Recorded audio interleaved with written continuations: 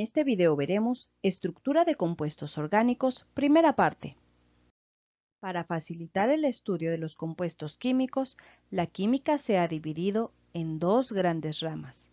La química inorgánica, que se ocupa del estudio de todos los elementos y compuestos que estos constituyen, y la química orgánica, que se ocupa de la mayoría de los compuestos que contienen carbono. Esta división tuvo su origen a principios del siglo XIX, en que se consideraba a la química inorgánica como la química del reino mineral y a la química orgánica como la química de los reinos vegetal y animal, ya que se suponía, de acuerdo a la teoría de Berzelius, la intervención de la fuerza vital en la formación de los compuestos orgánicos. En 1823, Friedrich Wöhler notó que al evaporar una solución acuosa de cianato de amonio, obtuvo cristales incoloros, transparentes y con frecuencia de más de 1 pulgada de largo, que no eran de cianato de amonio, sino de urea. La transformación que observó Wöhler fue una en la que una sal inorgánica de cianato de amonio se convertía en urea, una sustancia orgánica muy conocida, que ya había sido aislada de la orina. Hoy se reconoce que ese experimento fue un acontecimiento científico, el primer paso para desbancar a la filosofía del vitalismo, y durante la siguiente generación, la química orgánica superó al vitalismo. Gracias a esta síntesis, se derribó la barrera que separaba a la química inorgánica de la química orgánica, permitiéndole a esta última adquirir una importancia excepcional en la vida moderna. Para tener una idea más clara de la importancia a la que nos referimos, basta con citar, por ejemplo, al petróleo, a los plásticos, a las fibras artificiales, a los colorantes, a los insecticidas, los perfumes, fármacos, hormonas, por citar algunos de los compuestos orgánicos. Los análisis de la combustión establecieron que los compuestos derivados de fuentes naturales contenían carbono y surgió una nueva definición de la química orgánica. La química orgánica es el estudio de los compuestos del carbono. Esta es la definición que actualmente seguimos usando. Los principios fundamentales de la química orgánica fueron establecidos en la segunda mitad del siglo XIX por los científicos Kekulé, Van Hoff y Lebel. Dichos principios, que aún tienen validez, son: 1. La tetravalencia del átomo de carbono. 2. La capacidad de los átomos de carbono de concatenarse, esto es, de unirse entre sí. Da origen a una gran diversidad de compuestos. Y 3. La capacidad de los átomos de carbono de unirse con átomos de otros elementos.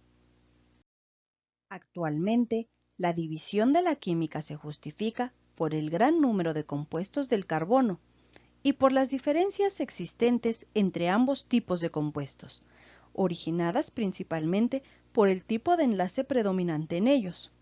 Las principales diferencias entre ellos se resumen en este cuadro. Mientras que en los compuestos inorgánicos, cuyo enlace generalmente es iónico, participan casi todos los elementos que se encuentran en la tabla periódica. En la formación de los compuestos orgánicos, cuyo enlace generalmente es covalente, son muy pocos los elementos que participan: carbono, hidrógeno, oxígeno, nitrógeno, fósforo, azufre, halógenos, arsénico y algunos metales. Sin embargo, a pesar de ser pocos los elementos que participan, dan origen a un número ilimitado de alrededor de 5 millones de compuestos.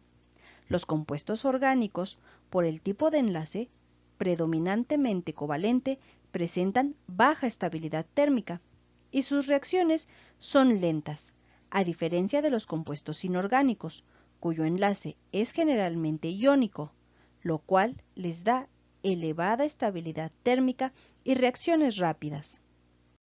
Derivado del tipo de enlace que presentan los compuestos orgánicos, son malos conductores eléctricos. La capacidad de los átomos de carbono de concatenarse, esto es, de unirse entre sí, da origen a una gran diversidad de compuestos orgánicos, cuyas moléculas pueden ser complejas de elevados pesos moleculares. Una propiedad muy común en los compuestos orgánicos es la isomería, que es la formación de dos o más compuestos con la misma composición y propiedades diferentes. Como ejemplo de compuestos orgánicos, podemos citar a los azúcares, ácidos nucleicos, alcohol, madera, proteínas, lípidos, hemoglobina o metano. Con base en la teoría cuántica, al formarse un enlace covalente entre dos átomos, cada uno de ellos contribuye con un orbital atómico parcialmente ocupado. El átomo de carbono en estado basal es divalente, pues solo posee dos orbitales semiocupados. Para explicar su tetravalencia se supone un proceso de excitación y de hibridación. Hibridación es el término que se utiliza para explicar la mezcla de los orbitales atómicos en el átomo, por lo general el átomo central, para generar un conjunto de orbitales híbridos, producto del reacomodo energético. En un principio, es posible que intervengan en una hibridación un orbital s y orbitales tipo p y d. No obstante, tiene especial interés la hibridación que ocurre al combinarse un orbital s con uno o más orbitales p. En la hibridación se utiliza el concepto hipotético de los orbitales híbridos, que son orbitales atómicos que se obtienen cuando dos o más orbitales no equivalentes del mismo átomo se combinan para la formación del enlace covalente. El átomo de carbono, en su estado basal o de energía fundamental, solo dispone de dos electrones desapareados para enlazarse covalentemente, condición que no justifica su tetravalencia, razón por la que se asume que el carbono requiere de experimentar el proceso de hibridación, que en este caso será del tipo sp3, por haber 4 electrones solos, esto es, participan todos los electrones del último nivel energético. Producto de esta hibridación se generan 4 orbitales tipo sp3 que se dirigen hacia los vértices de un tetraedro para evitar repulsiones electrónicas, resultando para este un ángulo de enlace de 109.5 grados, siendo la forma geométrica de sus moléculas la tetraédrica. Cada uno de los orbitales híbridos sp3 de carbono resultantes del proceso anterior se pueden superponer con un orbital sp3 de otro átomo de carbono o con un orbital s de un átomo de hidrógeno, o bien con un orbital de enlace de otro átomo diferente. Como resultado del traslapamiento axial de dichos orbitales atómicos, se produce un orbital molecular tipo sigma. En consecuencia, todos los compuestos saturados del carbono presentan una estructura tetraédrica y simples covalencias. El átomo de carbono tiene la particularidad de que el reacomodo energético de sus orbitales se puede dar como una combinación de un orbital s con dos orbitales p para formar tres orbitales híbridos sp2. Los tres orbitales híbridos sp2 se dirigen hacia los vértices de un triángulo equilátero hipotético, mientras que el orbital p sin hibridar queda perpendicular al plano de los orbitales híbridos, con un lóbulo por encima y otro por debajo del plano de los mismos. Dichos orbitales híbridos formarán enlaces simples sigma. Y un segundo enlace carbono-carbono debido al traslapamiento lateral de los orbitales atómicos tipo P, resultando un orbital molecular tipo pi. En compuestos con doble enlace o también llamada doble covalencia, la hibridación de los orbitales atómicos del carbono es de tipo sp2. En compuestos con triple enlace tiene lugar una hibridación tipo sp, la cual se da por la combinación de un orbital s y un orbital p, formando dos orbitales híbridos sp que se reacomodan en forma lineal, quedando adicionalmente dos orbitales puros p sin hibridar. Los dos orbitales híbridos resultantes forman entre sí un ángulo de 180 grados. Al constituirse la molécula de un compuesto con triple enlace o triple covalencia, los orbitales moleculares de uno de los enlaces entre los dos átomos de carbono y los enlaces sencillos con otros átomos son tipo sigma. Los otros dos enlaces entre los dos carbonos son tipo pi, pues provienen del traslapamiento lateral del orbital atómico puro tipo P y son perpendiculares entre sí.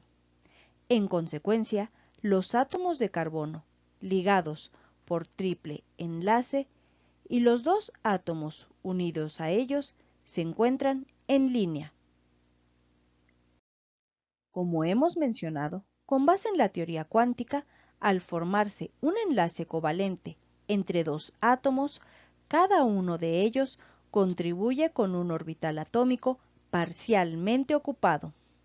El orbital que se origina de esta participación mutua de electrones se denomina orbital molecular e incluye los núcleos de los dos átomos.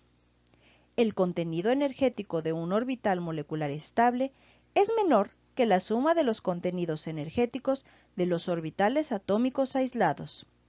Los orbitales moleculares pueden ser de dos tipos, sigma o pi.